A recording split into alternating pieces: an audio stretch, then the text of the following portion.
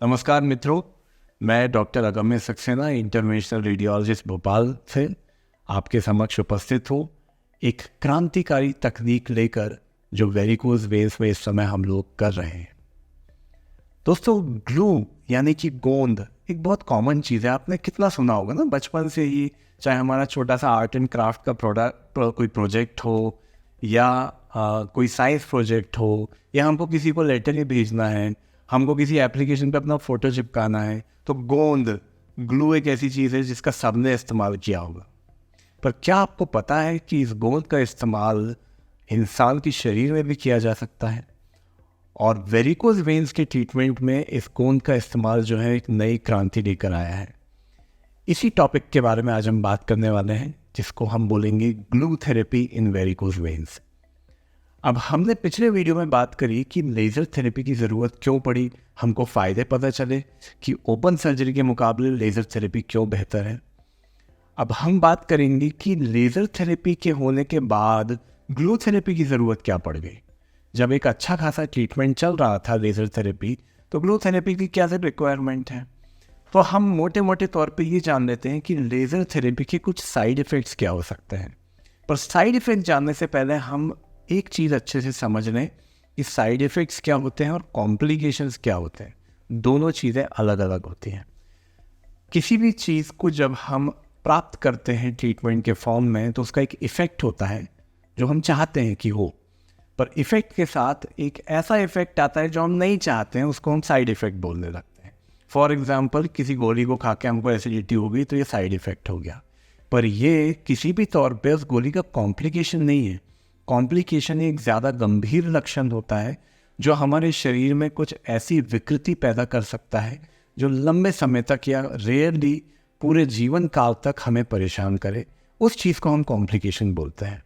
तो आशा है अब आपको पता चल गया होगा कि साइड इफ़ेक्ट क्या होता है और कॉम्प्लिकेशन क्या होता है।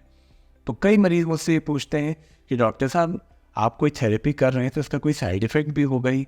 निश्चित तौर पे होगा ही। ये कोई जादू टोना नहीं है, ये कोई तंत्र विद्या नहीं है कि सब कुछ अच्छा अच्छा ही हो जाएगा और उसका कोई साइड इफ़ेक्ट नहीं आएगा। तो लेज़र थेरेपी में हम मूलतः क्या कर रहे हैं, एक वेन को नष्ट कर रहे हैं, उसे जलाकर, मतलब उसे बर्न करके। जब हम नस को बर्न करते हैं, जलाते हैं, तो उस नस के अंदर एक थक्का जम जाता है। ये खून का थक्का जो है ऊपर की नस को हार्ड कर देता है, और अगर आप उसको टच करेंगे, उसको दबाएंगे, तो वो हार्डनेस आपको फील भी होगी, थोड़ा थोड़ा पेन भी फील होगा। आपने देखा होगा अस्पताल में कई लोगों को हाथ में सुई लगती है, जिसको हम आईवी कैनुला बोलते हैं, तो वहाँ हाथ की स्किन लाल हो जाती है, थोड़ी सी हार्ड हो जाती है, उसको हम थ्रोम्बोफ्लेबाइटिस बोलते हैं। सेम चीज़ लेज़र थेरेपी के बाद हो जाती है। क्योंकि हम वेन को बर्न कर रहे हैं तो वो थक्का अच्छा खासा साइज़ में बनता है। ऊपर की स्किन लाल या नीले कलर की हो सकती है, अपने कलर चेंज कर सकती है, जिसको हम नील पड़ना भी बोलते हैं आम भाषा में। ये सारी चीज़ें नॉर्मल चीज़ें लेज़र थेरेपी के बाद। ध्यान दीजिए, ये लेज़र का कॉम्प्लिकेशन नहीं है, ये साइड इफ़ेक्ट है, और ये साइड इफ़ेक्ट 10 से 15 दिनों में पूरी तरह से गायब हो जाता है। कुछ मरीज़ों को पैर मोड़कर सीधा करने में खिंचाव यानी कि स्ट्रेचिंग महसूस हो सकती है, ये भी एक साइड इफ़ेक्ट है, ये कॉम्प्लिकेशन नहीं है। एक और चीज़ जो लेज़र थेरेपी में हो सकती है वो ये है कि नर्व फाइबर्स, ध्यान दीजिए, नर्व अलग चीज़ होती है, वेन अलग चीज़ होती है। वेन से खून जाता है, नर्व से हमें हमारे ब्रेन से या हमारे स्पाइनल कॉर्ड से ये मैसेज जाता है कि हमें हमारे हाथ को मोड़ना है या हमारी उंगलियों को मोड़ना है या सीधा करना है, तो उसको हम नर्व बोलते हैं, या हिंदी भाषा में तंत्रिका बोलते हैं। अब घुटने के नीचे जो हमारी वेन है और हमारी नर्व है, वो प्राकृतिक रूप से चिपक के चलती है, मतलब काफ़ी पास होती है। तो अगर मैं इस वेन को हीट करके, गर्म करके जलाऊंगा, तो कभी कभी क्या होता है कि जो नर्व है बगल में बैठी हुई, ये भी बर्न हो सकती है। इसके कुछ फाइबर्स या उसके कुछ एलिमेंट्स जो हैं वो भी बर्न में आ सकते हैं, और उसकी गर्माहट से उनको नुकसान पहुंच सकता है। पर आमतौर पर ये नुकसान टेम्पररी होता है, कुछ हफ्तों से लेकर कुछ महीने तक ही होता है, और ये नुकसान ऐसा नहीं होगा कि आपको पैरालिसिस हो जाएगा या आपका पैर कमज़ोर हो जाएगा या आप चलने लायक नहीं बचेंगे। ये सब फिजूल की बातें हैं, ये सब मन के भ्रम है। तो इन भ्रमों को दूर कर दीजिए। आपके पैर में कोई वीकनेस नहीं आएगी, लेकिन आपके पैर की त्वचा कुछ हफ्तों के लिए सुन्न पड़ सकती है। मतलब जब आप वहाँ पे अपना हाथ टच करेंगे तो हो सकता है आपको कुछ फील ना हो।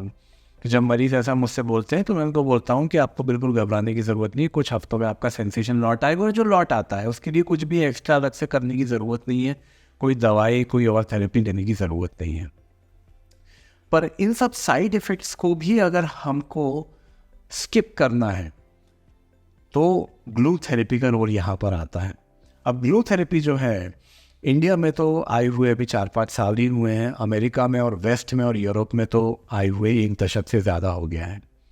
ग्लू थेरेपी का कंसेप्ट ये है कि वही एंजियोग्राफी का तरीका मैं अपनाऊंगा, वही एक सुई लगाऊंगा, एक ट्यूब जो है वो आपकी नस में पहुंचाऊंगा, और उस नस में मैं एक स्पेशल गोंद जो इंसान के लिए अलग से बनाई गई है, डेडिकेटेड रूप से बनाई हुई है, उस गोंद को निश्चित इंटरवल्स पे, मतलब निश्चित स्पेस दे दे के उस गोंद को आपकी नस के अंदर छोड़ दूंगा, और वो गोंद जो है नस के अंदर सॉलिड में कन्वर्ट हो जाएगी। मतलब जो लिक्विड गोंद है वो सॉलिड में कन्वर्ट हो जाएगी, और कुछ ही पलों में यूं ही चुटकी बजाते हुए आपकी नस बंद हो जाएगी, और आपको पता भी नहीं चलेगा, क्योंकि हम बर्न नहीं कर रहे हैं।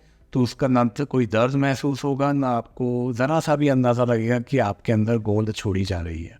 नंबर 2, ग्लू थेरेपी के बाद आपको किसी भी तरह की नर्व के जलने की रिस्क है ही नहीं, क्योंकि आप किसी चीज़ को बर्न नहीं कर रहे हैं, आप सिर्फ उस नस को मैकेनिकली गोंद से बंद कर रहे हैं।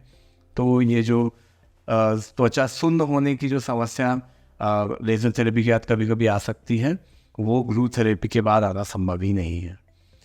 तीसरा एडवांटेज जो ग्लू थेरेपी का लेज़र थेरेपी के ऊपर है वो ये है कि आपको स्टॉकिंग्स अक्सर पहनने की ज़रूरत नहीं पड़ती है। ये सारे पेशेंट्स में एप्लीकेबल नहीं है, लेकिन लेज़र थेरेपी के बाद सारे पेशेंट्स को स्टॉकिंग्स पहनना कंपलसरी है, कम से कम 3 से 6 महीने तक। जबकि ग्लू थेरेपी के बाद ज़्यादातर मरीज़ों को तो स्टॉकिंग्स पहनने की ज़रूरत ही नहीं पड़ती, और अगर पड़ती भी हैं तो 1 या 2 महीने, हद से हद उससे ज़्यादा नहीं। तो आप लंबे समय तक स्टॉकिंग्स पहनने को भी अवॉइड कर सकते हैं। आप किसी भी तरह के थर्मल बर्न या गर्मी से प्रोड्यूस हुए साइड इफ़ेक्ट्स को अवॉइड कर सकते हैं। आपकी त्वचा में ऊपर जो लाल नीले निशान लेज़र थेरेपी के बाद आ सकते हैं, वो ग्लू थेरेपी के द्वारा आप अवॉइड कर सकते हैं। और जो स्ट्रेचिंग होने की जो फीलिंग आती है, मतलब पैर मोड़कर सीधा करने में जो खिंचाव महसूस हो सकता है, उस फीलिंग को भी आप अवॉइड कर सकते हैं। ग्लू थेरेपी इसलिए रेवोल्यूशनरी है क्योंकि उसने ना सिर्फ वेरिकोज वेन्स की ट्रीटमेंट को सिंप्लीफाई कर दिया है, बल्कि उसको बहुत ही यूज़र फ्रेंडली बना दिया है। देखिए, मेरे लिए तो लेज़र थेरेपी करना और ग्लू थेरेपी करना टेक्निकली जो है उसमें बहुत ज़्यादा अंतर नहीं है, लेकिन आपके लिए जो मरीज़ है उसके लिए दोनों में बहुत अंतर हो सकता है, क्योंकि दोनों का एक्सेप्टेबिलिटी अलग अलग हो सकती है। एक साधारण एग्जांपल अगर मैं बताऊं तो कई लोग मुझसे बोलते हैं कि डॉक्टर साहब, क्या ग्लू थेरेपी ज़्यादा सक्सेसफुल है? तो मैं कहता हूँ ऐसा कुछ नहीं है। सक्सेस रेट ग्लू की और लेज़र थेरेपी के बराबर है, लेकिन glue therapy is like flying in business class, और लेज़र थेरेपी जो है वो it is like flying in economy class. मतलब आप किस कंपार्टमेंट में बैठे हुए हैं, मेजर फ़र्क उसका है, क्योंकि आपको बहुत ही कंफर्टेबल फ़्लाइट होगी, आपकी जो भी जर्नी होगी आपके ट्रीटमेंट के दौरान वो बहुत ही ज़्यादा कंफर्टेबल होगी। आपको कम से कम पता चलेगा कि कोई प्रोसीजर हुआ है। डेस्टिनेशन सेम ही रहेगा, मतलब आपका प्लेन का जो गंतव्य है वो तो बराबर ही रहेगा, चाहे आप इकोनॉमी क्लास में बैठें या बिजनेस क्लास में बैठें। तो आई होप कि ग्लू थेरेपी के बारे में आपको ये नई जानकारी मिली होगी। कई लोगों को पता नहीं होगा और आज पता चला होगा, कई लोगों को जिनको पता होगा और शंकाएं होंगी, उनकी शंकाएं दूर हुई होंगी। अगर और भी शंकाएं हैं तो प्लीज़ इस वीडियो के कमेंट बॉक्स में अपने क्वेश्चन ज़रूर डालें। मैं ज़्यादा से ज़्यादा मात्रा में कोशिश करूँगा आपके सवालों का जवाब देने की। मुझसे जुड़े रहें और ये वीडियोस देखते रहें, लाइक करें, शेयर करें और सब्सक्राइब करें। अगले वीडियो के साथ जल्द ही आपसे मिलूँगा, तब तक के लिए नमस्कार, धन्यवाद।